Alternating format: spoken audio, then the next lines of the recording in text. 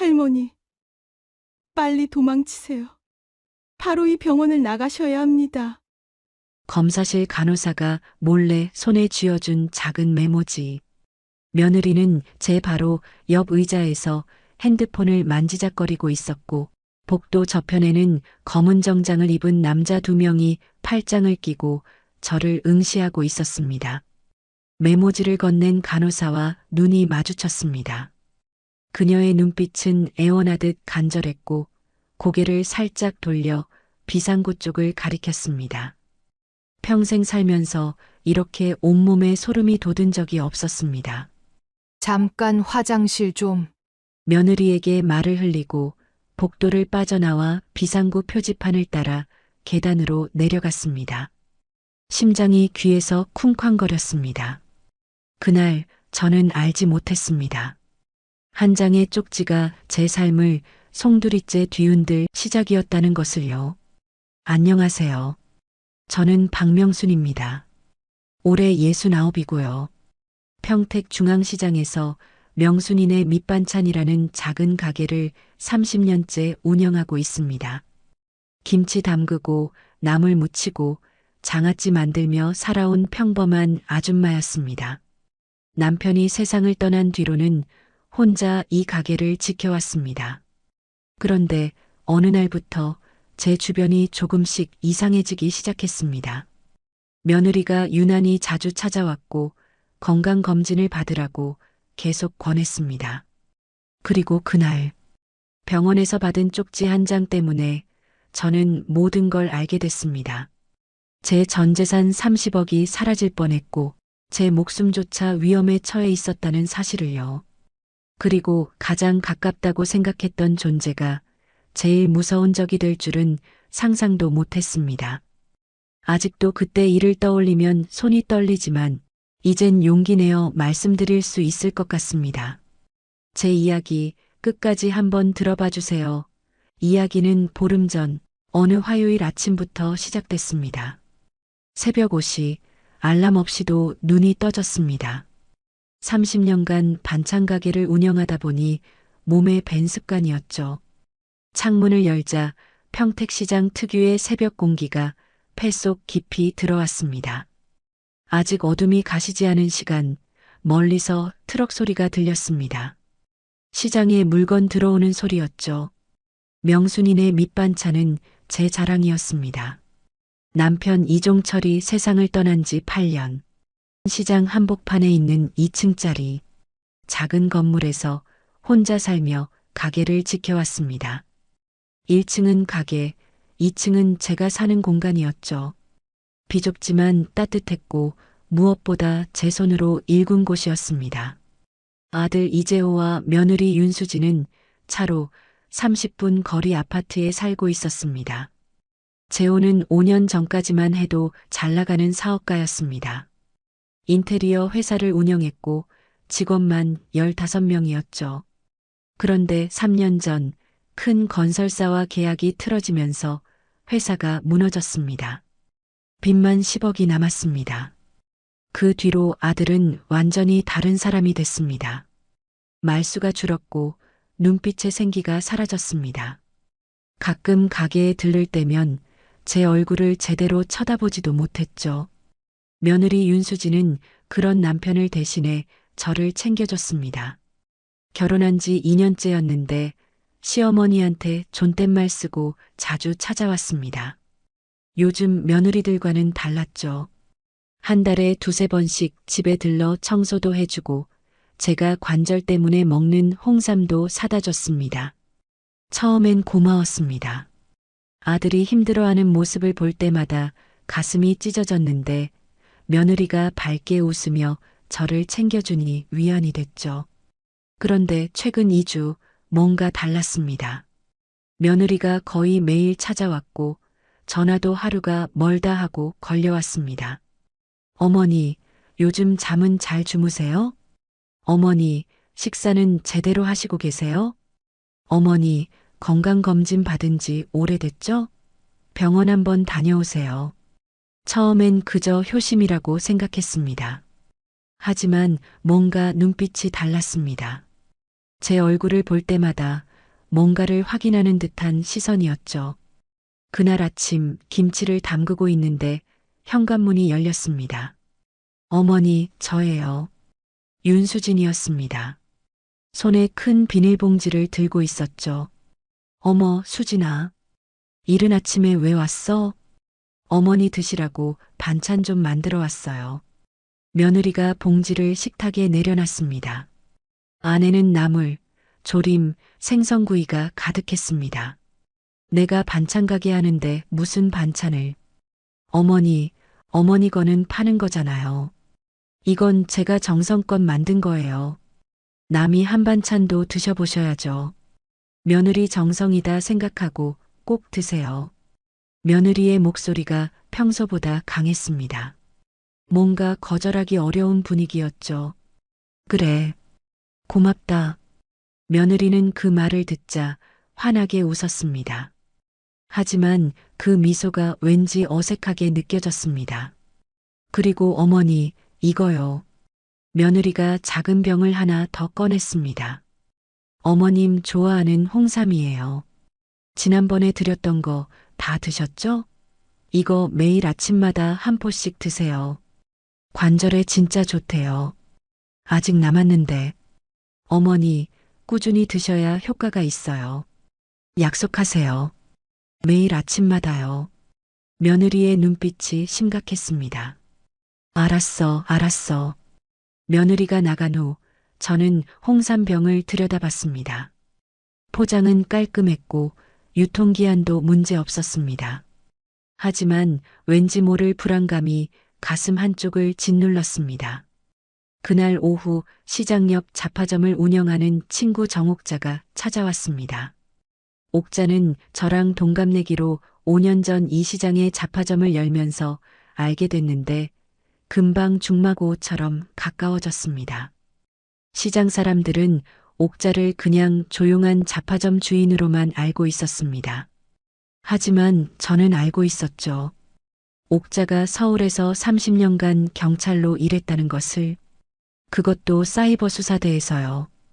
은퇴 후 고향으로 내려와 조용히 지내고 싶어 한다며 과거 얘기는 아무한테도 하지 말아달라고 했었습니다. 그래서 저만 알고 있는 비밀이었죠. 명순아, 깍두기 좀 줘. 손님이 찾더라고. 그래, 옥자야. 잠깐만. 깍두기를 담아주다가 저도 모르게 한숨이 나왔습니다. 너 왜 그래? 얼굴이 안 좋네. 옥자가 제 표정을 살피며 물었습니다. 아니야. 그냥 며느리가 요즘 자주 와서. 며느리? 수진이? 그거야 좋은 거지. 요즘 며느리 중에 시어머니 챙기는 애가 어딨어. 그게 너무 자주 오니까 부담스럽더라고. 그리고 자꾸 병원 가래. 옥자의 눈빛이 순간 날카로워졌습니다. 병원? 무슨 병원? 건강검진 받으래. 나이도 있으니까 검사 좀 받아보라고.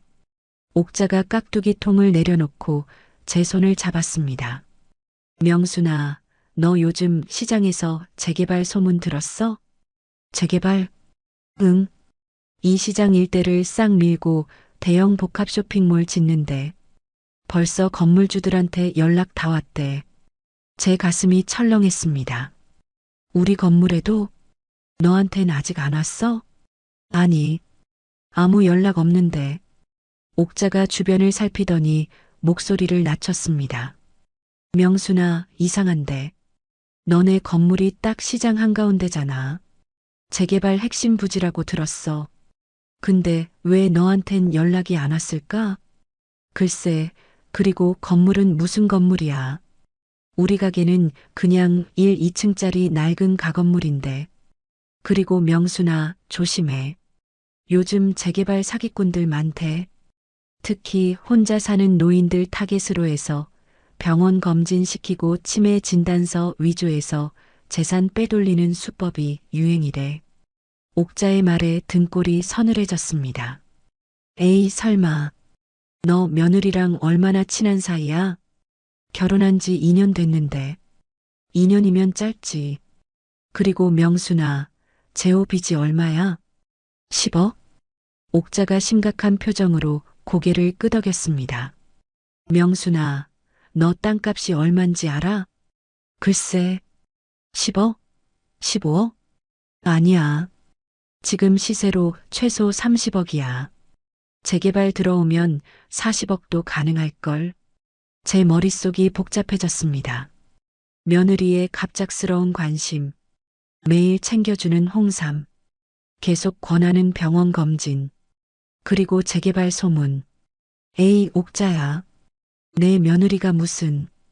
그래, 나도 내 며느리 착한 애인 거 알아. 근데 명순아, 세상에 돈 앞에서 착한 사람 없어. 특히 10억 빚진 사람은 더더욱. 옥자가 제 어깨를 두드렸습니다. 조심해. 병원 갈 때 혼자 가지 말고 나한테 연락해. 내가 같이 갈게. 알았어. 옥자가 돌아간 후에도 그 말이 머릿속을 떠나지 않았습니다. 그날 저녁 며느리가 사다 준 홍삼을 한 포 마셨습니다. 평소처럼 따뜻한 물에 타서 삼켰죠. 1시간쯤 지나자 이상한 느낌이 들었습니다. 머리가 띵하고 시야가 흐릿해졌습니다. 가게 금고 비밀번호가 갑자기 생각나지 않았습니다. 뭐였더라? 1234? 아니야. 5678? 손이 떨렸습니다. 결국 세 번째 시도에서 겨우 열었습니다. 저녁을 먹고 2층으로 올라가는데 계단에서 발을 헛디뎠습니다.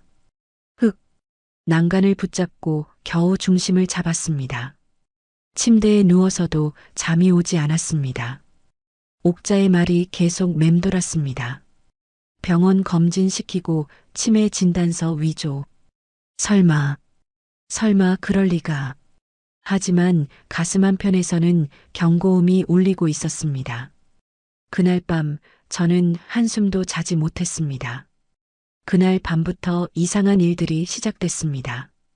며느리가 사다 준 홍삼을 먹은 다음 날 아침, 눈을 뜨자마자 머리가 무거웠습니다. 침대에서 일어나려는데 시야가 빙글빙글 돌았고 벽을 짚고 겨우 몸을 일으켰습니다. 이상하네. 어젯밤에 술도 안 마셨는데. 세수를 하고 거울을 보니 눈빛이 흐릿했습니다. 제 얼굴인데도 낯설게 느껴졌죠. 가게 문을 열고 김치 냉장고 앞에 섰습니다. 그런데 갑자기 머릿속이 하얘졌습니다. 깍두기를 어디에 넣었더라? 분명 어제 정리해놨는데 어디에 뒀는지 기억이 안 났습니다. 냉장고를 이리저리 뒤지다가 결국 찾긴 했지만 10분이나 걸렸습니다. 아니, 내가 왜 이러지? 혼잣말이 나왔습니다. 손님이 들어왔습니다. 시장에서 20년 넘게 단골인 김 여사님이었습니다.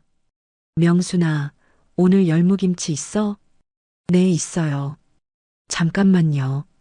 김치통을 꺼내 담아드리는데 손이 자꾸 떨렸습니다. 국자를 2번이나 떨어뜨렸고 봉지를 묶다가 손가락이 꼬여버렸죠. 명순아, 괜찮아? 오늘 얼굴이 별로 안 좋아 보이는데. 네. 어젯밤에 잠을 잘 못 자서요. 나이 들면 그래. 나도 요즘 그래. 몸조리 잘해. 손님이 나간 후 저는 의자에 주저앉았습니다. 가슴이 두근거렸고 숨이 가빠왔습니다. 왜 이러지? 정말 내가 늙은 건가? 오후가 되자 증상은 더 심해졌습니다. 가게 금고 비밀번호를 잊어버렸습니다. 5874? 아니야. 4875? 3번을 틀렸고 4번째에야 겨우 열렸습니다. 손에 땀이 흥건했습니다. 그때 핸드폰이 울렸습니다. 며느리였습니다. 어머니, 안녕하세요. 점심 드셨어요? 응, 먹었어. 어머니, 목소리가 좀 힘이 없으신 것 같은데. 어디 불편하세요? 며느리의 목소리는 여전히 부드러웠습니다. 아니야, 그냥 좀 피곤해서. 어머니, 그러니까 제가 병원 가시라고 했잖아요. 건강검진 꼭 받으셔야 해요. 괜찮다니까. 어머니, 며느리의 목소리 톤이 갑자기 높아졌습니다. 죄송해요. 근데 어머니, 정말 걱정돼서 그래요. 재호 오빠도 많이 걱정하고 있어요. 요즘 어머니 자꾸 깜빡깜빡 하신다고. 제 심장이 철렁 내려앉았습니다. 내가 뭘 깜빡해? 지난주에도 저한테 같은 질문 2번 하셨잖아요. 그리고 밤에 가게 문 잠갔는지 확인하러 새벽에 내려오신 적도 있고요. 순간 기억이 가물가물했습니다. 그런 일이 있었나? 정말로? 제가 병원 예약해뒀어요. 모레 금요일 오전 10시에요. 평택상모병원 건강검진센터요. 제가 모시러 갈게요. 수진아. 어머니, 제발이요. 며느리의 목소리에 눈물이 섞여 있었습니다. 저 정말 걱정돼서 미치겠어요. 검사만 받고 오시면 돼요. 네. 저 한 번만 믿어주세요. 거절할 수가 없었습니다. 알았어. 갈게. 감사해요, 어머니. 금요일 아침 9시 반에 댁으로 갈게요. 사랑해요. 전화가 끊어졌습니다. 저는 핸드폰을 내려다보며 한참을 멍하니 앉아 있었습니다. 옥자의 경고가 자꾸 떠올랐습니다. 조심해. 제호빚이 10억이야. 땅값이 30억이야. 저녁 무렵 옥자가 가게로 들어왔습니다. 명순아, 얼굴이 왜 그래? 안색이 진짜 안 좋다. 그래. 요즘 좀 피곤해서. 옥자가 제 손목을 잡더니 맥을 짚었습니다. 명순아, 솔직히 말해봐. 요즘 뭐 특별히 먹은 거 있어? 뭘 먹긴. 평소처럼. 명순아. 옥자의 눈빛이 날카로워졌습니다. 나 30년 경찰 생활했잖아. 사람 얼굴만 봐도 알아. 지금 너 약물 반응 같은데. 제 손이 떨렸습니다. 약물. 이라니? 수면제나 신경안정제 같은 거. 눈동자 봐. 초점이 흐려져 있어. 손도 떨리고. 이거 명백한 약물 과다 증상이야. 순간 홍삼이 떠올랐습니다. 그게 며느리가 홍삼을 언제부터? 일주일 전쯤 매일 아침 한 포씩 먹으래서. 옥자의 얼굴이 굳어졌습니다. 그거 지금 어디 있어? 2층에. 당장 가져와. 저는 급히 2층으로 올라가 홍삼병을 가져왔습니다. 옥자가 병을 받아들고 포장을 꼼꼼히 살폈습니다. 한 포를 꺼내 빛에 비춰보더니 냄새도 맡았습니다. 명순아, 이거 색깔 좀 봐. 홍삼이 원래 이렇게 뿌옇지 않아. 그리고 냄새도 이상해. 제 등골이 서늘해졌습니다. 설마. 일단 이거 절대 더 먹지 마. 내가 아는 약사한테 성분 분석 맡겨볼게. 옥자가 홍삼포 2개를 챙겨 넣었습니다. 그리고 명순아, 병원 언제 가? 모레 금요일. 누구랑? 며느리가 온대. 옥자가 잠시 생각하더니 입을 열었습니다. 명순아, 나도 같이 갈게. 아니야, 괜찮아. 제가 손을 저었습니다. 며느리가 이상하게 생각할까봐. 그냥 내가 혼자. 명순아. 옥자가 제 어깨를 꽉 잡았습니다. 지금 장난하냐? 혼자 가면 안 돼. 만약에 내 예상이 맞다면. 옥자가 말을 멈췄습니다. 만약에 뭔데? 명순아, 나쁜 쪽으로 생각하기 싫지만 며느리가 뭔가 꾸미고 있을 수도 있어. 재개발, 10억 빚, 그리고 이 이상한 홍삼까지 다 연결돼. 제 가슴이 두근거렸습니다. 에이, 설마. 내 며느리가. 명순아, 세상에 돈 앞에서 착한 사람 없어. 옥자가 제 손을 꽉 잡았으나 전 아무래도 이건 아닌 것 같았습니다. 아니, 옥자야, 아직 아무런 증거도 없는데 우리 며느리 의심하고 싶지 않아. 그 아이가 여태까지 얼마나 잘했는지 너도 알잖아. 제발 그만해. 그래, 명순아, 네가 그렇게까지 말한다면야. 그래도 제발 조심해. 그리고 명순아, 절대 병원에서 서류 같은 거 함부로 사인하지 마. 뭐든 나한테 가져와서 먼저 보여줘. 약속해. 나 경찰 출신인 거 알지? 알았어, 옥자야. 옥자가 나간 후 저는 2층으로 올라가 침대에 누웠습니다. 천장을 바라보며 생각했습니다. 정말 며느리가 나한테 나쁜 짓을 하려는 걸까? 아니야, 그럴 리 없어. 2년 동안 나한테 잘해줬잖아. 하지만 가슴 한편에서는 불안이 커져만 갔습니다. 그날 밤 다시 홍삼을 먹지 않았습니다. 다음 날 목요일 아침에 일어나니 머리가 조금 맑아진 것 같았습니다. 어지럼증도 덜했고 손 떨림도 줄었습니다. 역시 홍삼 때문이었구나. 확신이 들었습니다. 오후에 며느리에게서 문자가 왔습니다. 어머니, 내일 아침 9시 반에 갈게요. 편한 옷 입고 계세요. 사랑해요. 마지막 하트 이모티콘이 섬뜩하게 느껴졌습니다. 저는 옥자에게 전화를 걸었습니다. 옥자야, 내일 정말 밖에서 기다려줄 수 있지? 당연하지. 걱정 마. 내가 꼭 지켜줄게. 고마워. 명순아, 무서워하지 마. 너 혼자 아니야. 전화를 끊고 저는 창밖을 바라봤습니다. 평택시장의 저녁 풍경은 평화로웠습니다. 하지만 제 가슴속은 폭풍 전야처럼 불안했습니다. 내일이면 모든 게 밝혀질 것 같았습니다. 며느리가 정말 저를 속이고 있는 건지, 아니면 제가 괜한 의심을 하는 건지. 그날 밤 저는 거울 앞에 섰습니다. 69년을 살아온 제 얼굴을 한참 바라봤습니다. 명순아, 정신 똑바로 차려. 내일 눈 똑바로 뜨고 봐야 해. 스스로에게 다짐했습니다. 절대 속지 않겠다고. 금요일 아침이 밝았습니다. 평소보다 일찍 눈을 떴습니다. 새벽 4시였죠. 더 이상 잠이 오지 않았습니다. 가슴이 두근거렸고 온몸에서 식은땀이 났습니다. 단정하게 옷을 차려입었습니다. 손이 떨려서 단추를 잠그는 데만 5분이 걸렸습니다. 가방을 챙기며 신분증과 핸드폰을 확인했습니다. 옥자 전화번호를 다시 한번 눌러봤습니다. 혹시 모를 상황에 대비해서요. 오전 9시 20분 현관 밖에서 차 소리가 들렸습니다.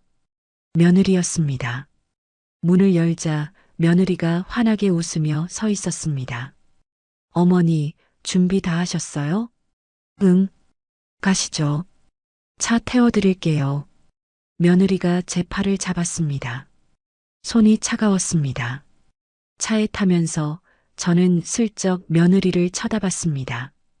평소처럼 단정한 차림이었지만 뭔가 긴장한 기색이 보였습니다.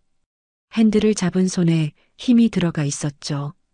어머니, 오늘 검사 받으시면 다 괜찮으실 거예요. 걱정 마세요. 며느리의 목소리는 부드러웠지만 어딘가 어색했습니다. 차가 출발했습니다. 창밖 풍경이 스쳐 지나갔습니다. 익숙한 평택시장 거리, 골목들. 혹시 이게 마지막일까 하는 불길한 생각이 들었습니다. 아니야, 무슨 생각을 그렇게 해. 스스로를 다독였습니다. 20분쯤 지나 병원에 도착했습니다. 평택상무병원. 5층짜리 큰 건물이었습니다. 주차장에 차를 세우고 며느리가 제 팔을 붙잡았습니다. 어머니, 천천히 가요. 병원 로비로 들어섰습니다. 소독약 냄새와 사람들의 발소리가 뒤섞여 있었습니다. 며느리가 접수대로 가더니 뭔가 서류를 꺼내 직원에게 건넸습니다. 박명순 환자분 건강검진 예약 확인됐습니다. 3층 검사실로 올라가세요. 네, 감사합니다. 엘리베이터를 타고 3층으로 올라갔습니다. 복도는 조용했습니다. 검사실이 몇 개 보였고 사람들이 대기 의자에 앉아 있었습니다. 그때 제 시선이 복도 끝에 멈췄습니다. 검은 정장을 입은 남자 2명이 서 있었습니다. 선글라스를 끼고 팔짱을 낀 채 이쪽을 바라보고 있었죠. 등골이 서늘해졌습니다. 어머니, 저기에요. 며느리가 제 팔을 끌며 검사실 안으로 들어갔습니다. 검사실 안은 깨끗했습니다. 하얀 침대와 의료기구들이 보였죠. 30대 초반쯤 되어 보이는 여자 간호사가 저를 맞이했습니다. 이름표에는 윤혜리라고 적혀 있었습니다. 안녕하세요. 박명순 환자분이시죠? 네. 여기 앉으세요. 혈압부터 재겠습니다. 간호사의 목소리는 차분했지만 눈빛이 뭔가 다급해 보였습니다. 며느리가 제 옆 의자에 바짝 붙어 앉았습니다. 간호사님, 저희 어머니 요즘 깜빡깜빡 하시는 게 좀 있어서요. 치매 검사도 같이 받을 수 있을까요? 며느리의 말에 제 심장이 쿵 내려앉았습니다. 치매 검사? 간호사가 컴퓨터를 보더니 고개를 끄덕였습니다. 네, 예약 내역에 포함되어 있네요. 혈압을 재고 혈액을 뽑았습니다. 그리고 간단한 문진표를 작성했습니다. 박명순 환자분, 지금부터 간단한 인지 검사를 하겠습니다. 간호사가 종이를 꺼냈습니다. 오늘이 몇 월 몇일인지 아세요? 12월 6일이요. 대통령 이름은요? 순간 머릿속이 하얘졌습니다. 대통령 이름이 생각나지 않았습니다. 윤석열.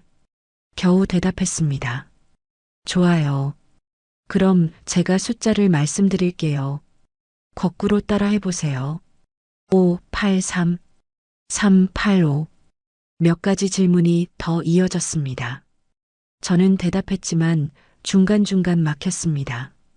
며느리가 옆에서 안타까운 표정으로 저를 바라봤습니다. 검사가 끝나고 간호사가 말했습니다. 잠시만 기다리세요. 결과 확인하고 올게요. 간호사가 자리에서 일어나 밖으로 나갔습니다. 며느리가 제 손을 잡았습니다. 어머니, 괜찮으세요? 응. 조금만 기다리면 돼요. 며느리의 목소리는 부드러웠지만 눈빛은 차가웠습니다. 5분쯤 지났을까요? 간호사가 다시 들어왔습니다. 손에 서류 봉투를 들고 있었습니다. 보호자분, 잠깐 밖에서 얘기 좀 할 수 있을까요? 네, 그럴게요. 며느리가 일어나 간호사를 따라 밖으로 나갔습니다. 저는 혼자 검사실에 남았습니다. 가슴이 두근거렸습니다. 2분쯤 지나 며느리와 간호사가 다시 들어왔습니다. 며느리의 표정이 심각했습니다. 어머니, 검사 결과가 나왔는데요. 며느리가 입을 열려는 순간 간호사가 저에게 다가왔습니다. 환자분, 이거 수납하러 가셔야 해요. 1층 수납 창구로요. 간호사가 제 손에 영수증을 쥐어줬습니다. 그런데 그 순간 영수증 아래 작은 쪽지가 함께 만져졌습니다. 제 손가락이 쪽지를 느꼈습니다. 간호사가 제 눈을 똑바로 바라봤습니다. 그 눈빛은 간절했습니다. 애원하듯 뭔가를 호소하고 있었습니다. 저는 쪽지를 재빨리 주머니에 넣었습니다. 네, 알겠습니다. 보호자분도 같이 가시죠. 며느리가 제 팔을 잡으려 했지만 저는 슬쩍 피했습니다. 화장실 좀 가고 올게. 어머니, 제가 같이. 괜찮아. 혼자 갈 수 있어. 저는 서둘러 검사실을 나왔습니다. 복도를 걸으며 뒤를 돌아봤습니다. 며느리가 간호사와 뭔가 얘기하고 있었습니다. 그리고 복도 끝에 서 있던 검은 정장 남자 2명이 저를 따라오기 시작했습니다. 화장실 표지판이 보였습니다. 하지만 그 옆에 비상구 표시도 보였습니다. 저는 주머니에서 쪽지를 꺼냈습니다. 작은 글씨로 이렇게 적혀 있었습니다. 할머니, 지금 당장 나가세요. 이 병원은 안전하지 않습니다. 비상구로 나가세요. 마이너스 윤혜리. 손이 부들부들 떨렸습니다. 뒤에서 발소리가 가까워졌습니다. 생각할 시간이 없었습니다. 본능적으로 비상구 문을 열었습니다. 어머니, 어머니. 뒤에서 며느리의 목소리가 들렸습니다. 하지만 저는 뒤돌아보지 않았습니다. 계단을 내려갔습니다. 3층, 2층, 1층. 69년을 살면서 이렇게 미친 듯이 뛴 적이 없었습니다. 다리가 후들거렸지만 멈출 수 없었습니다.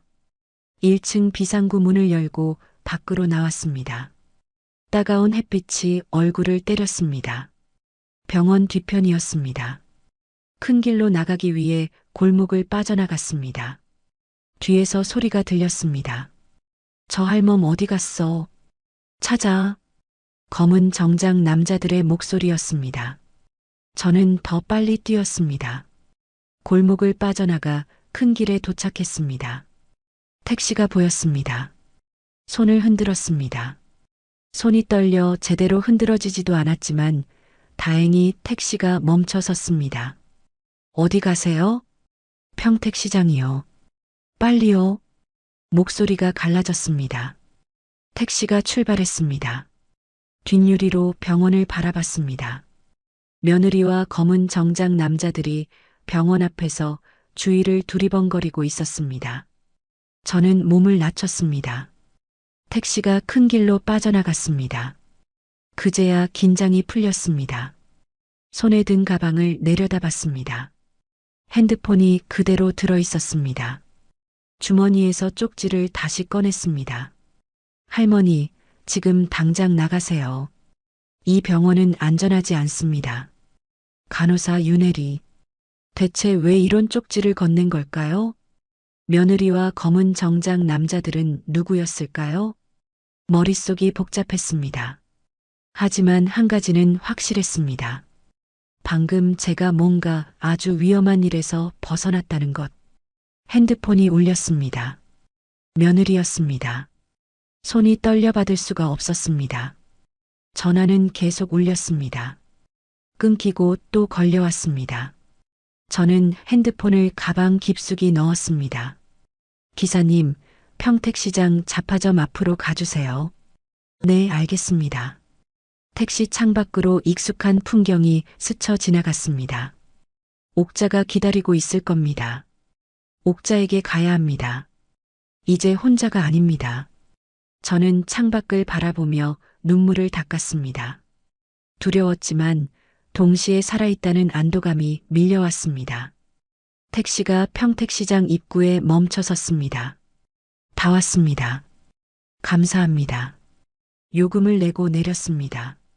다리가 풀려 제대로 서 있기도 힘들었지만 옥자 내 잡화점으로 걸어갔습니다. 가게 문을 열었습니다. 어서 오세요. 옥자가 고개를 들었다가 제 얼굴을 보고는 표정이 굳었습니다. 세상에, 명순아. 너 왜 이래? 얼굴이 왜 그래? 옥자가 달려와 제 팔을 붙잡았습니다. 그 순간 참았던 것이 터져버렸습니다. 옥자야. 목이 메어 더 이상 말이 나오지 않았습니다. 일단 안으로 들어와. 어서. 옥자가 저를 가게 뒷방으로 데려갔습니다. 문을 닫고 의자에 앉히고 물을 따라주었습니다. 천천히 말해봐. 무슨 일이야? 옥자의 따뜻한 목소리에 저는 말을 하려다가 멈췄습니다. 정신없이 도망치고 나니 처음 생각나는 사람은 제 아들이었습니다. 재호라면. 엄마 말을 믿어줄 거라고 생각했죠. 믿을 건 아들밖에 없었습니다. 옥자야, 잠깐만. 재호한테 먼저 전화해야겠어. 저는 떨리는 손으로 핸드폰을 다시 켰습니다. 유진에게서 온 부재중 전화가 15통이나 쌓여 있었지만 무시하고 재호에게 전화를 걸었습니다. 신호음이 3번 울렸습니다. 엄마. 아들의 목소리가 들렸습니다. 재호야, 나 엄마야. 큰일 났어. 엄마, 무슨 일이에요? 유진이가 울면서 전화했어요. 아들의 목소리에 짜증이 섞여 있었습니다. 재호야, 엄마 말 좀 들어봐. 유진이가 엄마, 오늘도 병원에서 난동 부리고 도망갔다면서요? 뭐, 내가 난동? 아니야, 그게 아니라 병원 직원한테 소리 지르고 갑자기 뛰쳐나갔다잖아요. 유진이가 얼마나 놀랐는지 알아요? 아들의 말에 제 가슴이 무너져 내렸습니다. 재호야, 그게 아니야. 유진이가 이상한 짓을. 엄마, 요즘 도대체 왜 그러세요? 제가 정말 속상해서 미치겠어요. 유진이 말대로 제대로 검진 한번 받아보세요. 깜빡깜빡 하시는 거 맞잖아요. 재호야, 엄마 정신 멀쩡해. 제 목소리가 커졌습니다. 엄마, 소리 지르지 마세요. 저 회사라 바빠요. 유진이한테 제발 전화하세요. 유진이가 엄마 찾으러 지금 돌아다니고 있어요. 재호야, 제발 엄마 말 좀. 뚝. 전화가 끊겼습니다. 핸드폰을 든 손이 축 늘어졌습니다. 재호도 유진이 편이네. 눈물이 핑 돌았습니다. 아들마저 저를 믿지 않았습니다. 제가 미쳤다고 치매라고 생각하고 있었어요. 명순아. 옥자가 저를 안아주었습니다. 울지 마. 나는 내가 정상이라는 거 알아. 옥자야. 나 정말 정신 멀쩡한 거 맞지? 내가 이상한 거 아니지? 명순아, 너 멀쩡해. 오히려 내 며느리가 이상한 거야. 옥자가 제 손을 꽉 잡았습니다.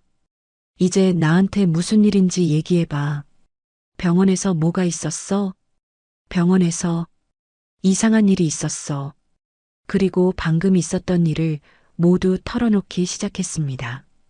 간호사의 쪽지, 검은 정장 남자들, 며느리의 차가운 눈빛. 그 순간 저는 알았습니다.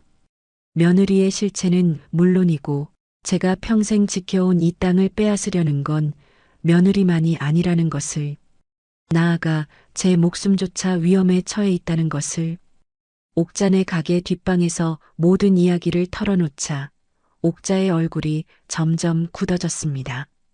그러니까 간호사가 갑자기 쪽지를 건넸고 검은 정장 남자들이 너를 따라왔다는 거지? 응. 며느리도 그 사람들이랑 눈빛을 주고받는 것 같았어. 착각일 수도 있지만. 옥자가 제 손을 꽉 잡았습니다. 명순아, 이건 심상치 않아. 분명 뭔가 있어. 나도 그렇게 생각해. 그런데 옥자야, 나 어떡하지? 집에도 못 가겠고. 그때 제 핸드폰이 또 울렸습니다. 며느리였습니다. 손이 떨려 전화를 받을 수가 없었습니다. 받지 마. 일단 상황 파악부터 하자. 옥자가 제 핸드폰을 꺼버렸습니다. 잠시 후 문자가 쏟아지기 시작했습니다. 며느리에게서 온 문자들이었죠. 어머니, 어디 가셨어요? 왜 갑자기 나가신 거예요? 어머니, 전화 좀 받으세요. 걱정돼요. 어머니, 검사 결과가 안 좋아요. 빨리 병원 오셔야 해요. 마지막 문자를 보는 순간 온몸에 소름이 돋았습니다. 검사 결과가 안 좋다고? 옥자가 문자를 보더니 눈을 가늘게 떴습니다. 명순아, 이거 봐. 며느리가 벌써 내 검사 결과를 받았다는 거야. 근데 너 도망친 지 30분밖에 안 됐잖아. 검사 결과가 그렇게 빨리 나올 리 없어. 그럼 미리 준비된 거지. 가짜 진단서. 옥자의 말에 머릿속이 하얘졌습니다. 그때 옥자 핸드폰이 울렸습니다. 여보세요? 네. 네. 정말요? 옥자의 표정이 심각해졌습니다. 알겠습니다. 감사합니다. 전화를 끊은 옥자가 저를 바라봤습니다. 명순아, 방금 내가 아는 약사한테 전화 왔어. 내가 먹던 홍삼 성분 분석 결과 나왔대. 뭐래? 명순아. 옥자가 심호흡을 했습니다. 홍삼에 수면제 성분이 섞여 있었어. 그것도 꽤 많은 양으로. 제 손에서 물컵이 떨어질 뻔했습니다. 수면제? 응. 졸피뎀이라는 약물이야. 장기간 복용하면 기억력 저하, 어지럼증, 손 떨림 같은 증상이 나타나. 그리고 옥자가 말을 멈췄습니다. 그리고 뭔데? 치매 초기 증상이랑 거의 똑같아. 제 가슴이 철렁 내려앉았습니다. 그러니까 며느리가 일부러 나한테 수면제를 먹여서 치매 환자로 만들려고 했던 거야. 옥자의 말에 세상이 무너지는 것 같았습니다. 며느리가 일주일 동안 매일 아침 챙겨준 홍삼. 매일 아침마다 꼭 드세요. 어머니 건강 챙겨드리려고요. 그 모든 게 거짓이었습니다. 왜 그런 짓을? 명순아, 생각해봐. 내가 치매 환자가 되면 어떻게 돼? 법적으로 무능력자가 되는 거야. 그럼 재산 관리를 누가 해? 보호자가. 맞아. 며느리가 내 재산을 다 관리할 수 있게 돼. 그리고 재개발 동의서도 며느리가 대신 사인할 수 있고 퍼즐 조각들이 맞춰지기 시작했습니다. 재개발 사업, 10억 빚, 30억 땅값, 수면제가 섞인 홍비, 병원 검사. 옥자야, 그럼 병원도. 응, 병원도 한패일 거야. 미리 짜고 치는 거지. 가짜 치매 진단서 만들어주고. 제 머릿속이 복잡해졌습니다. 근데 간호사는 왜 나를 도와준 거야? 그건 나도 모르겠어. 근데 분명 이유가 있을 거야. 옥자가 노트북을 꺼냈습니다. 일단 그 간호사가 누군지 알아봐야겠어. 이름이 뭐라고 했지? 윤혜리. 옥자가 검색을 시작했습니다. 평택상모병원 간호사 윤혜리. 몇 가지 정보가 떴습니다. 명순아, 이거 봐. 화면에 간호사 윤혜리의 사진이 떴습니다. 병원 홈페이지에 올라온 직원 소개였습니다. 윤혜리 33세. 서울대 간호학과 졸업. 5년 전부터 평택상모병원 근무. 옥자가 더 검색하더니 표정이 굳어졌습니다. 명순아, 이거 좀 이상한데. 뭐가? 윤혜리가 5년 전에 이 병원에 입사했잖아. 근데 그 전에는 서울 큰 병원에서 일했대. 왜 갑자기 평택으로 내려왔을까? 글쎄, 옥자가 계속 검색했습니다. 이걸로는 부족해. 옥자가 핸드폰을 꺼내 전화를 걸었습니다. 여보세요, 김경희. 나 정옥자 선배야. 갑자기 연락해서 미안한데 급한 일이 있어서. 윤혜리 33세. 평택상모병원 간호사. 이 사람 신상이랑 과거 기록 좀 조회해 줄 수 있어? 옥자가 저를 보며 고개를 끄덕였습니다. 응, 특히 가족관계하고 34년 전 기록 중점적으로. 재개발 관련해서 뭔가 있을 것 같아. 30분쯤 지나자 옥자 핸드폰에 파일이 전송됐습니다. 고맙다, 김경희. 큰 도움 됐어. 옥자가 파일을 열었습니다. 화면에는 윤혜리의 상세 정보와 함께 오래된 신문 기사 스크린샷이 첨부되어 있었습니다. 명순아, 이거 봐. 화면에 오래된 기사가 떴습니다. 평택 재개발 지역 주민 의문사. 70대 여성, 요양원에서 사망. 날짜는 3년 전이었습니다. 기사를 읽어 내려가자 소름이 돋았습니다.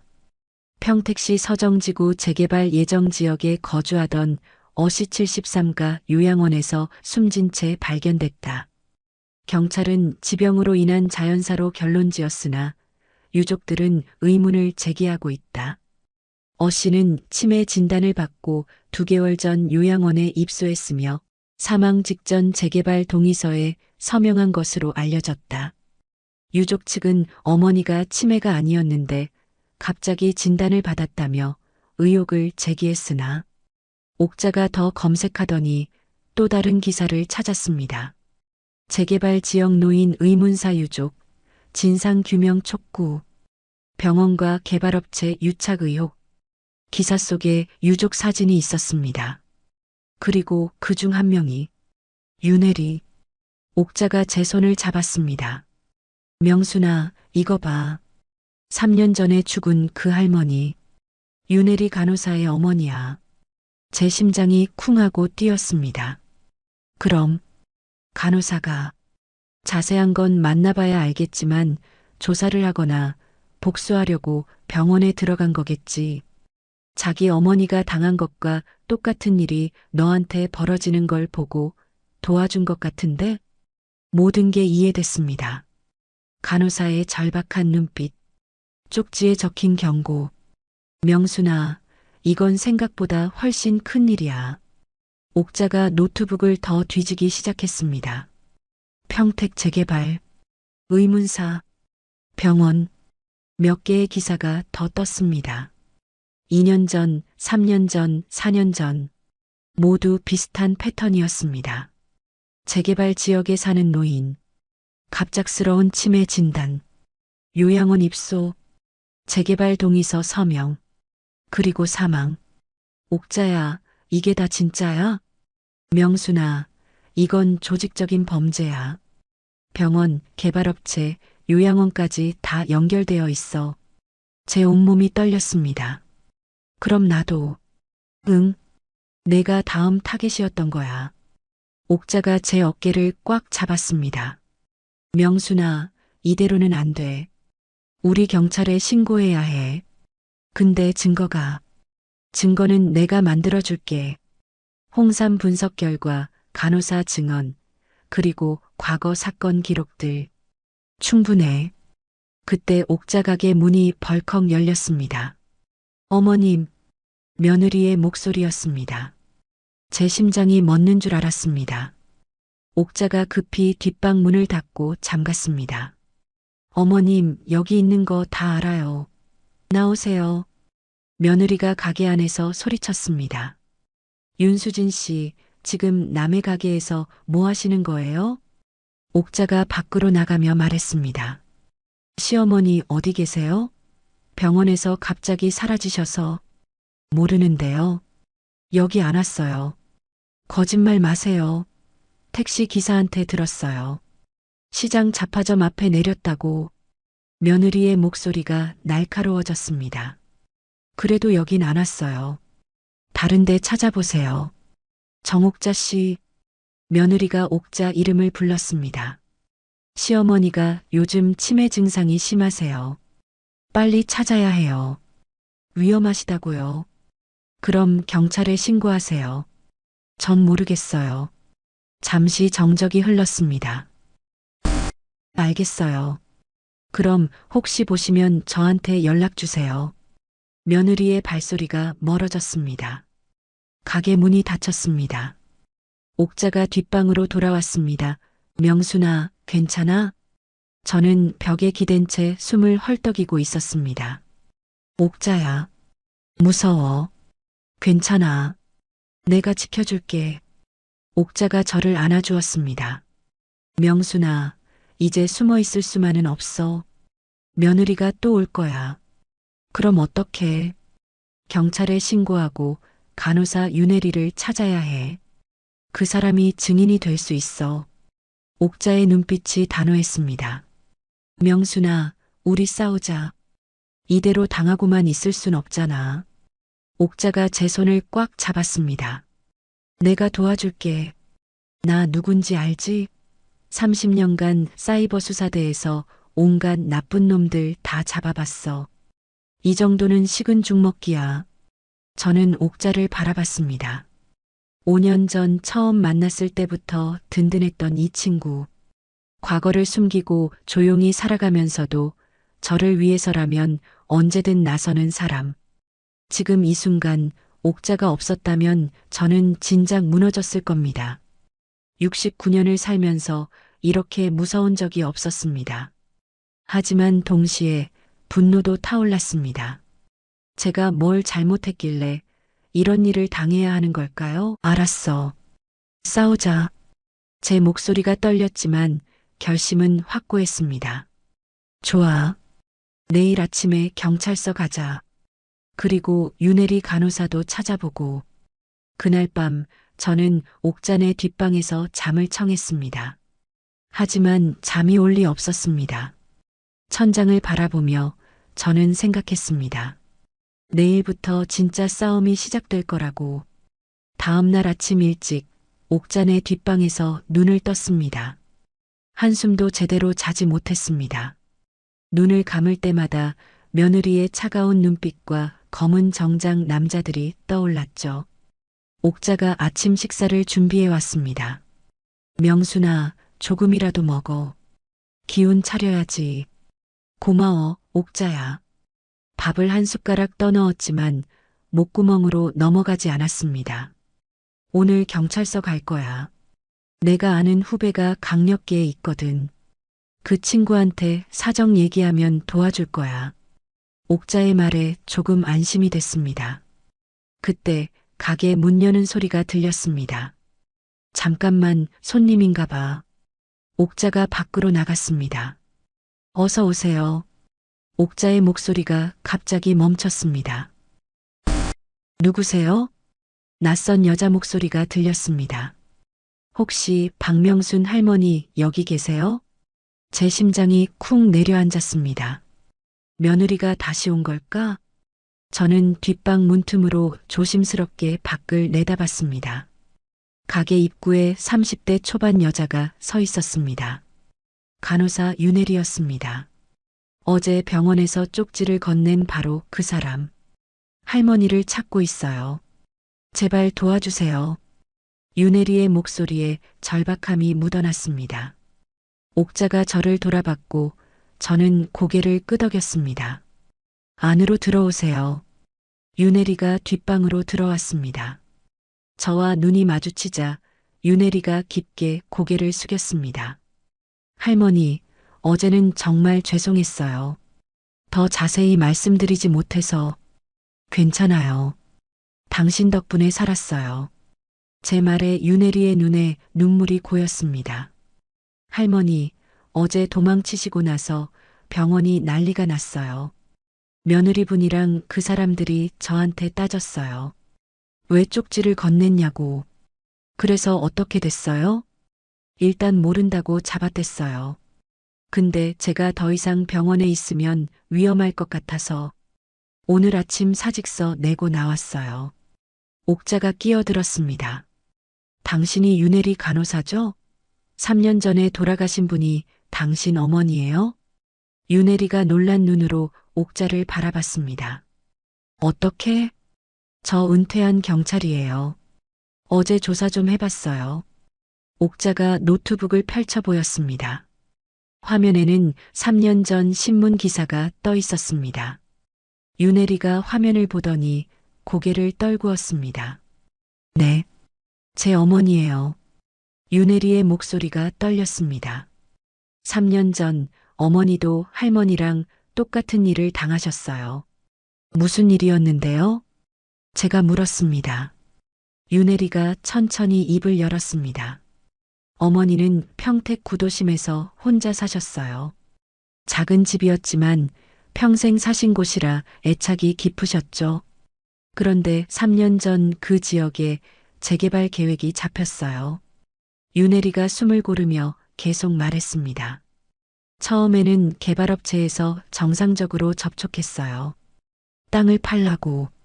근데 어머니가 거절하셨죠. 그 집에서 계속 살고 싶다고. 그래서 그 다음부터 이상한 일들이 시작됐어요. 누군가 어머니한테 접근했어요. 친절하게 대하면서 건강검진을 권했대요. 제 가슴이 철렁했습니다. 며느리가 저한테 했던 것과 똑같았습니다. 어머니가 병원 가셨는데 갑자기 치매 진단이 나왔어요. 그것도 중증이라고. 저는 그때 서울 병원에서 일하고 있었고 어머니 상태를 자세히 모르고 있었어요. 윤혜리의 눈에서 눈물이 흘러내렸습니다. 그리고 한 달 후 어머니가 요양원에 입소하셨어요. 제가 서울에서 내려왔을 때는 이미 어머니는 정신이 온전하지 않으셨어요. 약물 때문이었던 것 같아요. 약물? 네. 나중에 알았어요. 수면제를 과다 투여 받으신 거예요. 그래서 기억도 흐릿해지고 판단력도 떨어지시고 제가 먹었던 홍삼이 떠올랐습니다. 그리고 어머니는 요양원에서 재개발 동의서에 서명하셨어요. 정신이 온전하지 않은 상태에서요. 2달 후 어머니는 돌아가셨어요. 윤혜리가 주먹을 불끈 쥐었습니다. 부검을 요청했지만 거절당했어요. 자연사라고. 경찰도 수사하지 않았어요. 증거가 없다고. 옥자가 고개를 끄덕였습니다. 그래서 당신이 평택으로 내려온 거군요. 네. 복수하려고요. 윤혜리의 눈빛이 단호했습니다. 평택상 모병원이 어머니 치매 진단을 내린 곳이에요. 저는 그 병원의 간호사로 입사했어요. 3년간 내부에서 증거를 모았어요. 증거? 제가 물었습니다.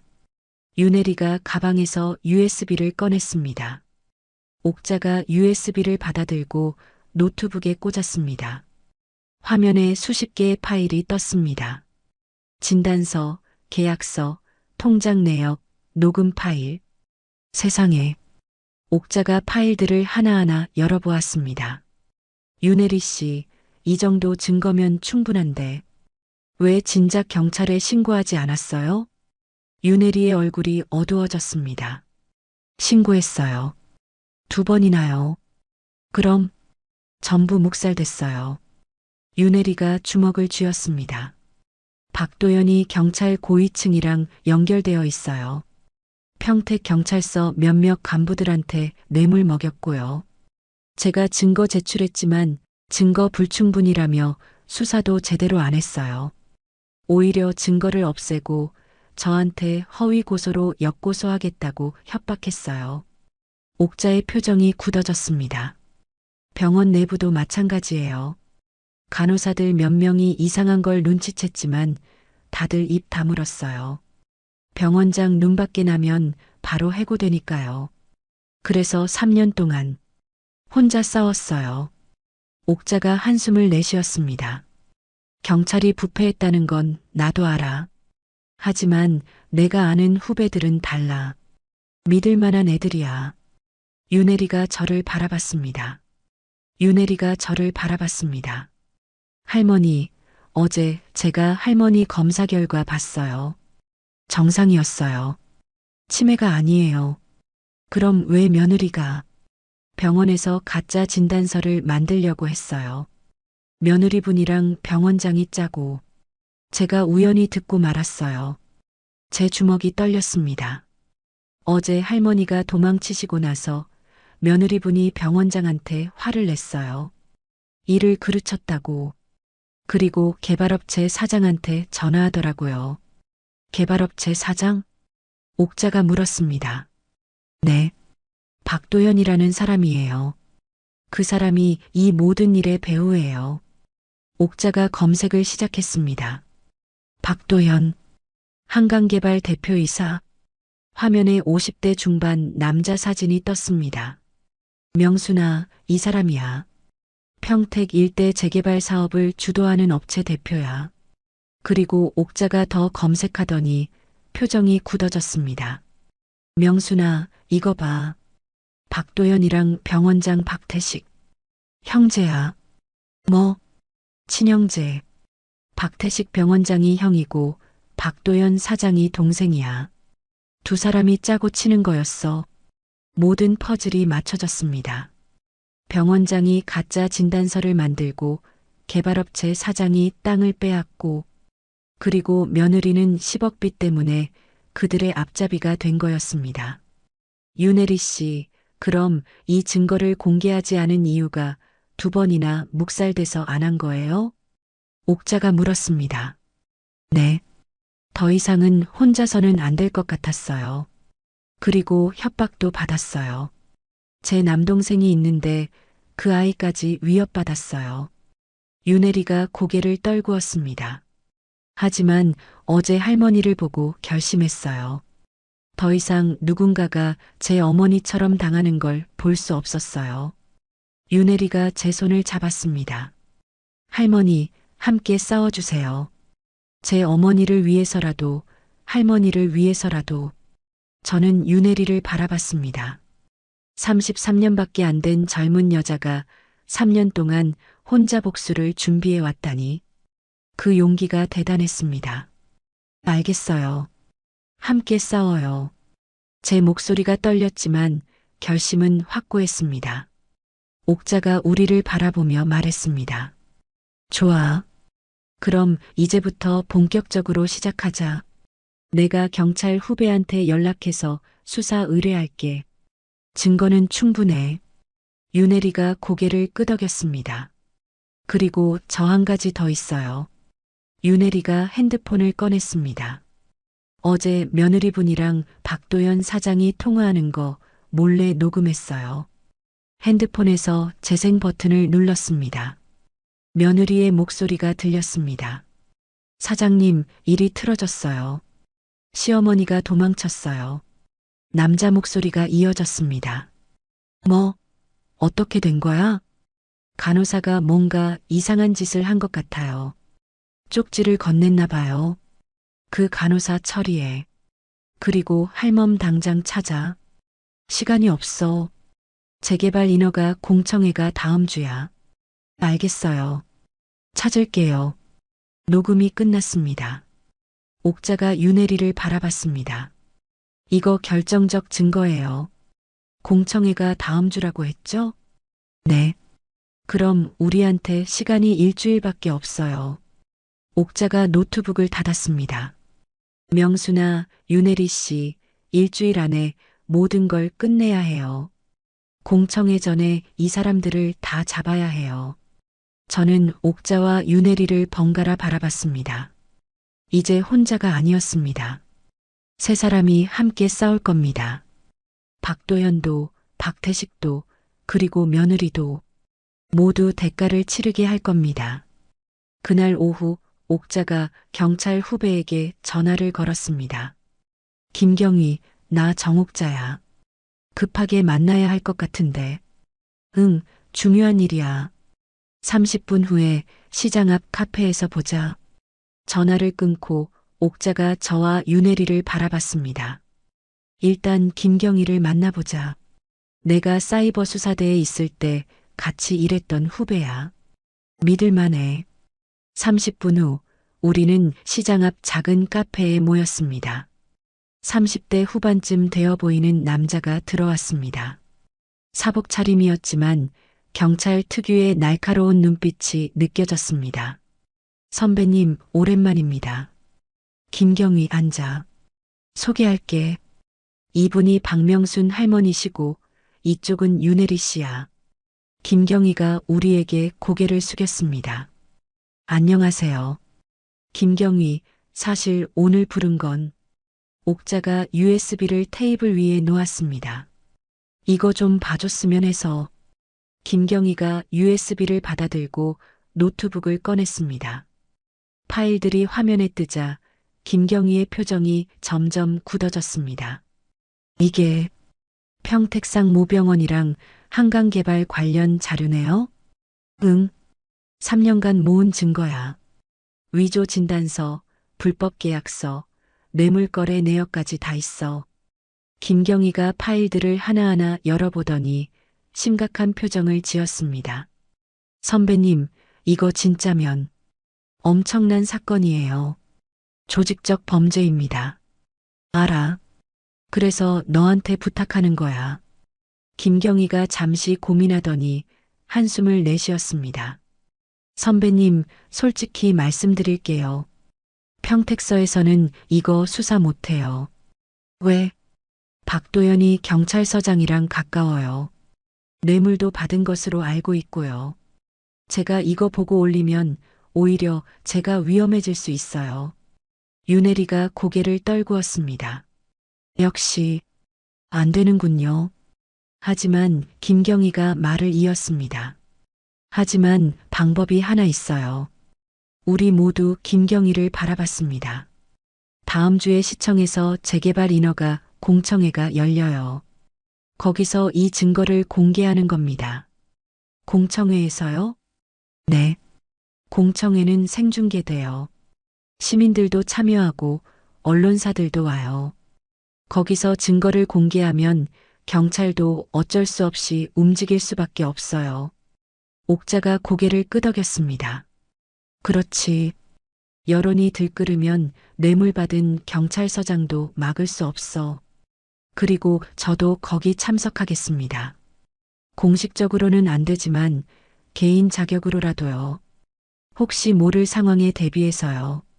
김경희의 말에 희망이 보이기 시작했습니다. 윤혜리 씨가 피해자 가족 자격으로 발언권 신청하시면 돼요. 3년 전 사건 피해자 유족이시니까 자격 충분해요.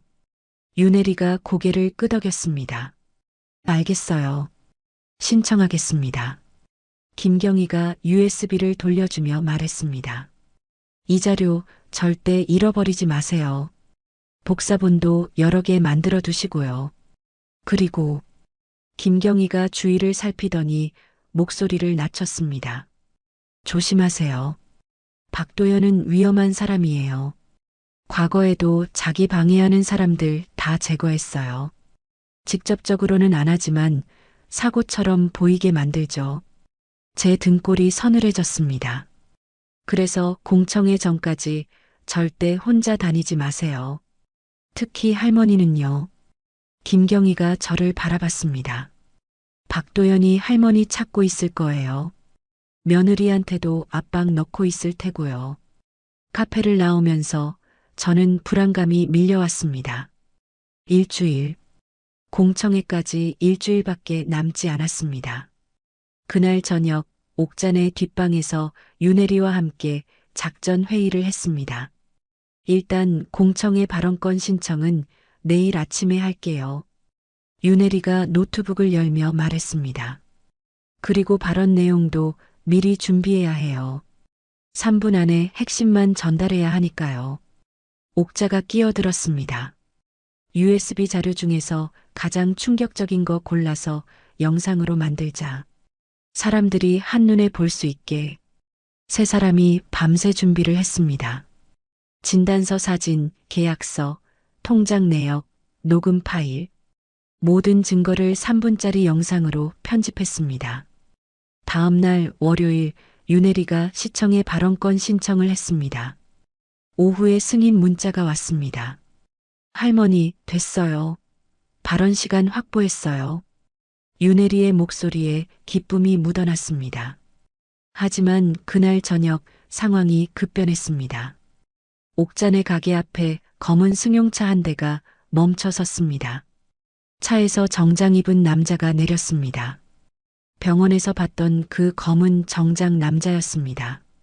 제 심장이 얼어붙었습니다. 남자가 가게 문을 열고 들어왔습니다. 박명순 할머니 계시죠? 옥자가 앞을 막아섰습니다.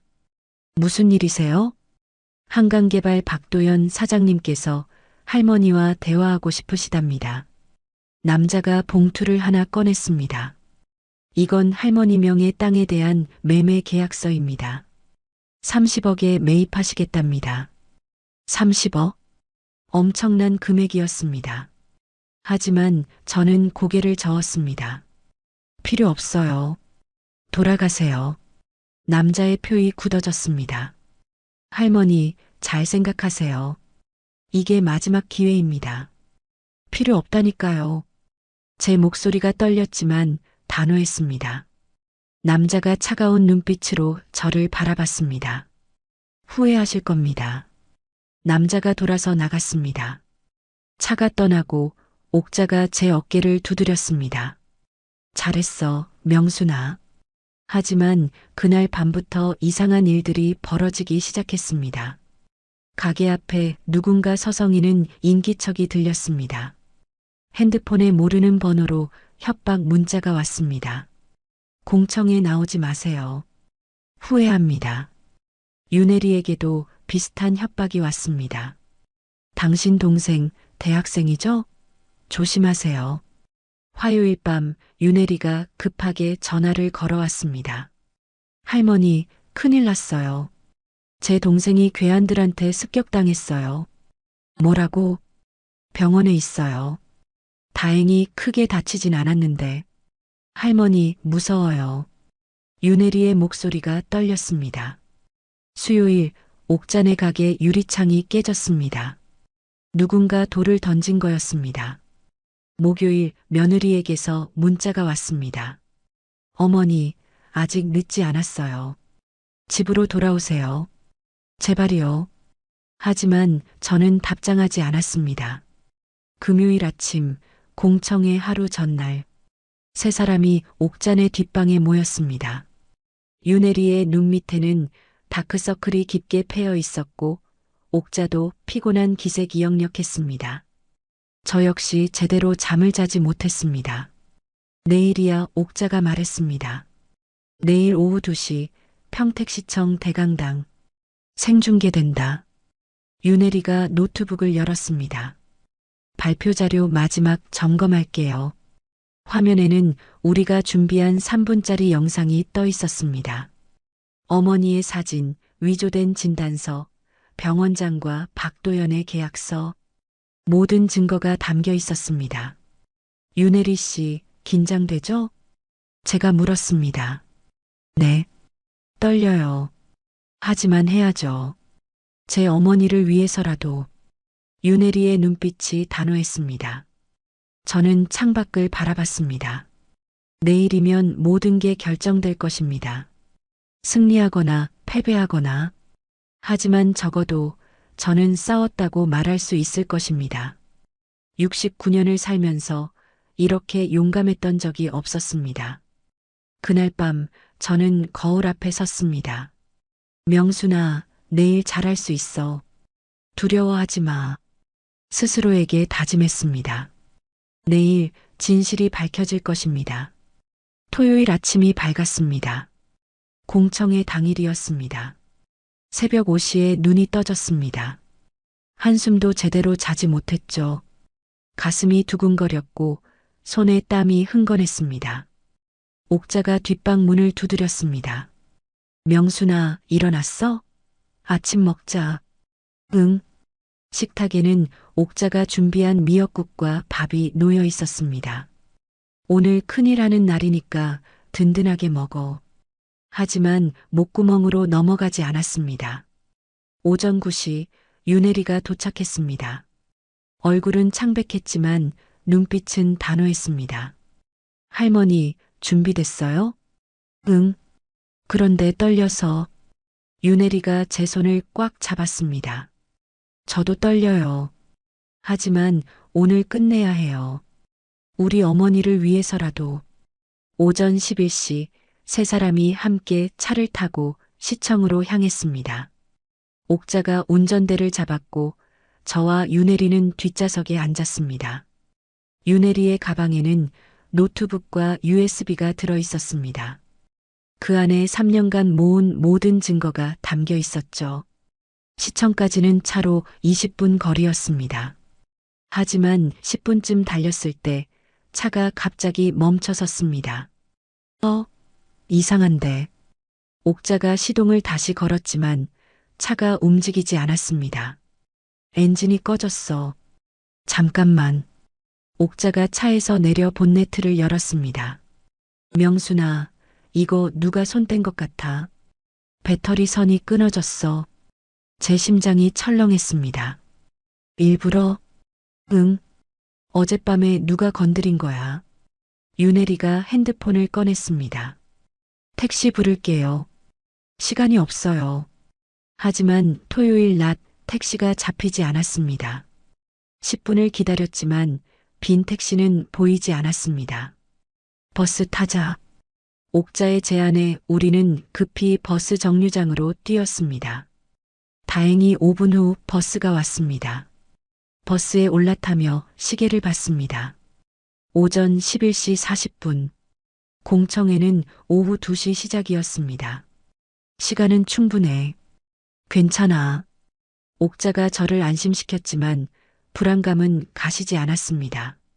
정오가 조금 넘어 시청에 도착했습니다. 시청 앞 광장에는 사람들이 북적였습니다. 재개발 찬성 측과 반대 측 주민들이 각자 피켓을 들고 모여 있었죠. 재개발 찬성, 주민 권리 보장하라. 구호 소리가 요란했습니다. 우리는 사람들을 헤치고 시청 건물 안으로 들어갔습니다. 입구에서 안내 직원이 명단을 확인했습니다. 발언 신청자이시죠? 신분증 주세요. 윤혜리가 신분증을 건넸습니다. 윤혜리 씨, 확인됐습니다. 3층 대강당으로 올라가세요. 엘리베이터를 타고 3층으로 올라갔습니다. 대강당 앞에는 이미 사람들이 줄을 서 있었습니다. 그때 낯익은 목소리가 들렸습니다. 어머니, 돌아보니 며느리 윤수진이 서 있었습니다. 제 심장이 멎는 줄 알았습니다. 며느리 옆에는 정장 입은 남자 3명이 서 있었습니다. 변호사처럼 보였죠? 어머니, 제발 집에 가요. 이러지 마세요. 며느리가 제 팔을 잡으려 했습니다. 옥자가 며느리를 막아섰습니다. 윤수진 씨, 비키세요. 당신은 누구세요? 왜 남의 집안일에 끼어들어요? 경찰 출신입니다. 더 이상 할머니 괴롭히면 공무집행방해로 고소하겠어요. 옥자의 단호한 목소리에 며느리가 물러섰습니다. 하지만 변호사 중 한 명이 앞으로 나왔습니다. 저희는 한강개발 법무팀입니다. 윤혜리 씨, 당신이 가진 자료는 불법 취득한 거죠? 아니에요. 제가 근무하면서 정당하게 수집한 겁니다. 병원 내부 기밀 자료를 무단으로 반출한 건 업무상 배임입니다. 고소하겠습니다. 변호사가 서류를 꺼내 보였습니다. 그리고 명예훼손으로도 고소장 제출했습니다. 오늘 발언하시면 추가 고소할 겁니다. 윤혜리의 얼굴이 창백해졌습니다. 저는 제가 앞으로 나섰습니다. 발언하는 건 접니다. 제가 피해자니까 제가 할 겁니다. 할머니는 치매 환자시잖아요. 법적 효력 없습니다. 변호사가 비웃었습니다. 치매 진단서 여기 있습니다. 변호사가 서류를 펼쳐 보였습니다. 평택상모병원 진단서, 제 이름으로 된 치매 진단서였습니다. 이건 가짜예요. 제가 소리쳤습니다. 가짜라는 증거 있으세요? 병원장 직인까지 찍혀 있는데요. 그 순간 뒤에서 목소리가 들렸습니다. 증거 여기 있습니다. 돌아보니 김경이었습니다. 사복 차림이었지만 경찰 배지를 들고 있었습니다. 저는 평택서 강력 2팀 김상호 경위입니다. 이 진단서는 위조된 겁니다. 현재 수사 중입니다. 변호사들의 얼굴이 굳어졌습니다. 수사? 무슨 근거로? 여기 계신 윤혜리 씨가 제출한 증거 자료를 바탕으로 평택상 모병원과 한강개발에 대한 수사가 진행 중입니다. 더 이상 방해하시면 공무집행방해로 현행범 체포하겠습니다. 김경희의 단호한 목소리에 변호사들이 물러섰습니다. 며느리는 저를 노려봤습니다. 어머니, 후회하실 거예요. 아직 끝난 거 아니에요. 며느리의 목소리가 차갑게 식어 있었습니다. 수진아, 제가 며느리를 똑바로 바라봤습니다. 이제 끝이야. 더 이상 나쁜 짓 하지 마. 며느리가 비웃었습니다. 끝? 우리 변호사가 누군지 아세요? 아마 어머니가 되려 무고죄로 감옥 가실 거예요. 오후 1시 50분 대강당 문이 열렸습니다. 사람들이 안으로 들어갔습니다. 대강당은 200명 정도 수용할 수 있는 큰 공간이었습니다. 정면에는 단상이 있었고 시청 공무원들과 개발업체 관계자들이 앉아 있었습니다. 그중 한 명, 50대 중반 남자가 눈에 들어왔습니다. 박도현, 한강개발 대표이사였습니다. 그는 여유로운 표정으로 앉아 있었습니다. 오른쪽에는 언론사 카메라들이 설치되어 있었습니다. 생중계 준비가 되어 있었죠. 저와 옥자, 윤혜리는 앞쪽 자리에 앉았습니다. 오후 2시 사회자가 단상에 올라왔습니다. 평택시 송탄지구 재개발 사업 인허가 공청회를 시작하겠습니다. 공청회가 시작됐습니다. 먼저 개발업체 측에서 사업 계획을 발표했습니다. 박도연이 단상에 올라 능숙하게 발표했습니다. 이번 재개발 사업은 평택 구도심에 활력을 불어넣을 것입니다. 2000세대 주거 단지와 대형 쇼핑몰이 들어서며 30분간 발표가 이어졌습니다. 그 다음 찬성 측 주민 대표들이 발언했습니다. 재개발되면 집값도 오르고 좋아요. 낡은 동네 이제 바꿔야죠. 오후 3시 드디어 반대 측 발언 순서가 왔습니다. 다음은 피해자 유족 대표 윤혜리 씨 발언하시겠습니다. 사회자가 호명했습니다. 윤혜리가 떨리는 다리로 단상에 올라갔습니다. 마이크 앞에 섰습니다. 대강당이 조용해졌습니다. 카메라들이 모두 윤혜리를 향했습니다. 안녕하세요. 저는 윤혜리입니다. 윤혜리의 목소리가 떨렸습니다. 3년 전 저희 어머니가 이 재개발 사업으로 돌아가셨습니다. 대강당이 술렁거렸습니다. 어머니는 치매 진단을 받고 요양원에 입소하셨습니다. 그리고 재개발 동의서에 서명하셨죠. 하지만 어머니는 치매가 아니었습니다. 박도연의 얼굴이 굳어졌습니다. 평택상 모병원은 가짜 진단서를 만들었습니다. 그리고 한강개발은 그 진단서를 이용해 어머니의 땅을 빼앗았습니다. 윤혜리가 노트북을 켰습니다. 스크린에 영상이 재생되기 시작했습니다. 위조된 진단서, 병원장과 박도연의 계약서, 통장 거래 내역. 모든 증거가 화면에 떴습니다. 대강당이 술렁거렸습니다. 그리고 피해자는 저희 어머니만이 아닙니다. 화면이 바뀌었습니다. 다른 할머니들의 사진이 떴습니다. 4년 전, 3년 전, 2년 전 같은 수법으로 최소 5명의 노인들이 피해를 입었습니다. 박도연이 자리에서 일어났습니다.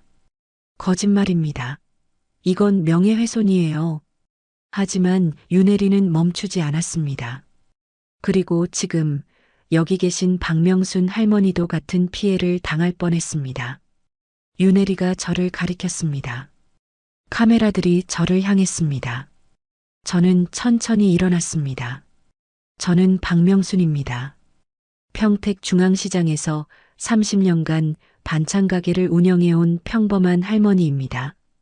제 목소리가 떨렸지만 끝까지 말했습니다. 며느리와 한강개발 그리고 평택상 모병원이 짜고 저를 치매 환자로 만들려 했습니다. 제 땅을 빼앗기 위해서요. 그리고 이런 짓을 한 사람이 누군지 아십니까? 숨을 고르며 다시 입을 열었습니다. 바로 제 며느리입니다. 며느리 윤수진이요. 그 순간 참았던 감정이 터져버렸습니다. 결혼식 날 환하게 웃으며 어머니 잘 모시겠습니다라고 말하던 그 며느리가 1년 동안 매일 전화하고 청소해주고 홍삼 사다 주던 그 며느리가 모두 거짓이었습니다. 목이 메어 더 이상 말이 나오지 않았습니다. 대강당이 웅성거리기 시작했습니다. 사람들의 시선이 일제히 뒤쪽으로 향했습니다. 며느리 윤수진이 서 있는 곳이었습니다. 저 여자가 며느리야? 자기 시어머니한테 그런 짓을? 세상에. 수군거리는 소리가 점점 커졌습니다. 며느리는 고개를 숙인 채 아무 말도 하지 못했습니다. 박명수는 눈물이 주르르 흘러내렸습니다. 1년 동안 딸 같은 며느리가 저를 속였습니다. 효녀인 척하면서 약을 먹이고 미치게 만들려고 목이 메어 말이 나오지 않았습니다. 잠시 숨을 고르고 다시 말했습니다. 저항할 힘도 없는 늙은이를 속이고 약 먹이고 미친 사람으로 만들려 했습니다. 돈 없고 힘 없고 늙었다는 이유로 우리 같은 사람들을 짓밟아도 된다고 생각하는 겁니까? 더 이상 이런 피해자가 나와서는 안 됩니다. 돈이면 다 된다고, 권력이면 다 해결된다고 생각하는 이 나쁜 사람들을 제발 철저히 조사해 주세요. 그리고 반드시 벌을 받게 해주세요. 대강당이 박수로 가득 찼습니다. 그 순간 대강당 뒤쪽 문이 열렸습니다. 경찰들이 들어왔습니다. 박도연, 박태식? 김상우 경위가 앞으로 나섰습니다. 사기, 문서 위조, 업무상 배임, 노인학대 혐의로 긴급 체포합니다. 평택상 모병원 내부 서버에서 확보한 위조 진단서 23건, 한강개발과 병원 간 불법 계약서, 비자금 계좌 거래 내역, 그리고 피해자 증언까지 모든 증거가 확보되어 있습니다. 너흰 끝났어. 이 나쁜 놈들아. 박도연의 얼굴이 새하얗게 변했습니다. 이게 무슨... 나 변호사 불러. 변호사는 경찰서에서 만나시죠. 경찰이 수갑을 채웠습니다. 대강당 밖에서도 박태식 병원장이 체포되고 있었습니다. 그리고 며느리 윤수진에게도 경찰이 다가갔습니다. 윤수진 씨 노인학대, 사기방조, 살인미수 혐의로 긴급 체포합니다. 뭐? 살인미수? 말도 안 돼. 며느리가 소리쳤지만 수갑이 채워졌습니다. 카메라들이 체포 장면을 생중계했습니다. 저는 그 모습을 멍하니 바라봤습니다. 그때 공청의 문이 벌컥 열렸습니다. 엄마, 아들 재호가 헐떡이며 뛰어들어왔습니다. 엄마, 지금 방송 봤어요. 전부 다. 재호의 목소리가 떨렸습니다. 엄마 말이 정말 사실이었어요. 수진이가 전부 거짓말했던 거였어요. 재호가 제 앞에 무릎을 꿇었습니다. 엄마, 정말 죄송해요. 엄마를 안 믿었어요. 엄마가 치매 걸렸다고 생각했어요. 아들이 오열하기 시작했습니다. 수진이가 저 여자가 엄마를 죽이려 했다니 제가 정말 미쳤었나 봐요. 저 여자 말만 철석같이 믿고. 재호가 제 손을 잡았습니다. 엄마 용서해 주세요. 제가 정말 바보였어요. 저는 아들의 머리를 쓰다듬었습니다. 일어나 재호야. 엄마, 이제 됐어. 내가 몰랐잖아. 재호가 더 크게 울었습니다. 박명순이 아들 재호의 어깨를 두드렸습니다. 재호야, 이제 엄마 말 잘 믿어줄 거지? 네. 평생 엄마 곁에서 효도할게요. 해리도 눈물을 닦았습니다. 옆에 있던 김상우 경위가 저를 바라봤습니다. 할머니, 정말 대단하십니다. 끝까지 포기하지 않으셨어요. 저는 창밖을 바라봤습니다. 끝났습니다. 정말로 끝났어요. 그날 밤 저는 집으로 돌아왔습니다. 재호가 저를 집까지 모셔다 주었죠. 엄마, 제가 오늘 여기서 자도 될까요? 그래, 들어와. 오랜만에 아들과 함께 집에 있었습니다. 재호가 제게 차를 끓여주었습니다. 엄마, 드세요. 고맙다, 재호야. 저는 차를 마시며 생각했습니다. 72년을 살면서 이렇게 용감했던 적이 없었습니다. 그리고 이렇게 뿌듯했던 적도 없었습니다. 3개월 후 법정에서는 판결이 열렸습니다. 김태준과 윤수진, 그리고 조직원 전원이 피고석에 앉아 있었습니다. 판사가 판결문을 읽었습니다. 피고인 김태준, 살인교사 및 조직범죄로 무기징역. 피고인 윤수진, 살인죄로 무기징역. 조직원 전원 징역 10년에서 20년. 방청석에서 탄성이 터졌습니다. 저는 해리의 손을 꽉 잡았습니다. 할머니, 해냈어요. 제 어머니도 이제 편히 쉬실 수 있어요. 해리 울먹였습니다. 저도 윤혜리의 손을 꽉 잡았습니다. 그래, 해리야. 다 내 덕분이야. 내가 아니었으면 나도 살지 못했을 거야. 내가 용기 내서 나를 도와줬기에 우리가 이길 수 있었어. 법정을 나가는 순간 기자들이 몰려들었습니다. 할머니, 한 말씀 해주세요. 저는 카메라를 바라봤습니다. 혹시 지금 비슷한 일을 겪고 계신다면 혼자 싸우지 마세요. 믿을 수 있는 친구에게, 경찰에게, 누구에게든 도움을 요청하세요. 함께 싸우면 반드시 이길 수 있습니다. 가족이 다른 게 아니라 그 사람들이 가족입니다. 포기하지 마세요. 나이가 많다고 약하다고 포기하면 그땐 내가 약한 거로 끝인 거예요. 정의는 반드시 승리합니다. 6개월 후 평택 중앙시장은 여전히 활기찼습니다. 명순이네 밑반찬 간판 아래 저는 오늘도 김치를 담그고 있었습니다. 가게 문이 열리며 아들 재호가 들어왔습니다. 엄마, 오늘 제가 청소할게요. 아들이 앞치마를 두르고 가게를 정리하기 시작했습니다. 괜찮아, 재호야. 엄마가 할게. 아니에요. 그동안 못해드린 거 생각하면 이것도 모자라요. 아들의 목소리가 떨렸습니다. 며느리 윤수진과의 이혼은 3개월 전에 끝났습니다. 아들은 그 후로 매주 토요일마다 가게에 나와 저를 도왔습니다. 재호야, 과거는 잊자. 이제 다 지나간 일이야. 엄마, 죄송해요. 정말, 됐어. 이제 우리 앞만 보고 가자. 저녁이 되자 옥자와 윤혜리가 함께 찾아왔습니다. 명순아, 오늘 장사 잘 됐어? 응, 덕분에 바빴어. 윤혜리가 봉투 하나를 건넸습니다. 할머니, 이거 제가 만든 밑반찬이에요. 드셔보세요. 어머, 고마워. 혜리야. 세 사람이 함께 차를 마시며 이야기를 나눴습니다. 박도영과 박태식, 윤수진은 1심에서의 형이 모두 확정되었습니다. 정의가 승리한 것입니다.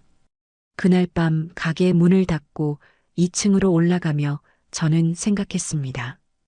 69년을 살면서 가장 무섭고 힘든 시간이었지만 동시에 가장 당당하고 용감했던 시간이기도 했습니다. 나이가 들었다고 약하다고 포기할 필요는 없었습니다. 끝까지 싸우면 이길 수 있었습니다. 창밖으로 평택시장의 밤 풍경이 보였습니다. 익숙하고 따뜻한 이곳, 평생 지켜온 이곳에서 저는 오늘도 평온하게 잠들 수 있었습니다. 오늘의 박명순 할머니 이야기는 어떠셨나요? 괜찮으셨다면 구독과 좋아요, 알림 설정 꼭 눌러주세요. 댓글로 어디서 시청하고 계신지 의견과 함께 남겨주시고요. 혹시 주변에 비슷한 일을 겪고 계신 분이 있다면 절대 혼자 싸우지 마세요. 도움을 요청하세요. 믿을 수 있는 친구에게, 경찰에게, 누구에게든 나이가 많다고 힘이 없다고 포기하지 마세요. 박명순 할머니처럼 끝까지 싸우면 이길 수 있습니다. 정의는 늦을 수 있지만 반드시 찾아옵니다. 건강하시고 행복하세요. 감사합니다.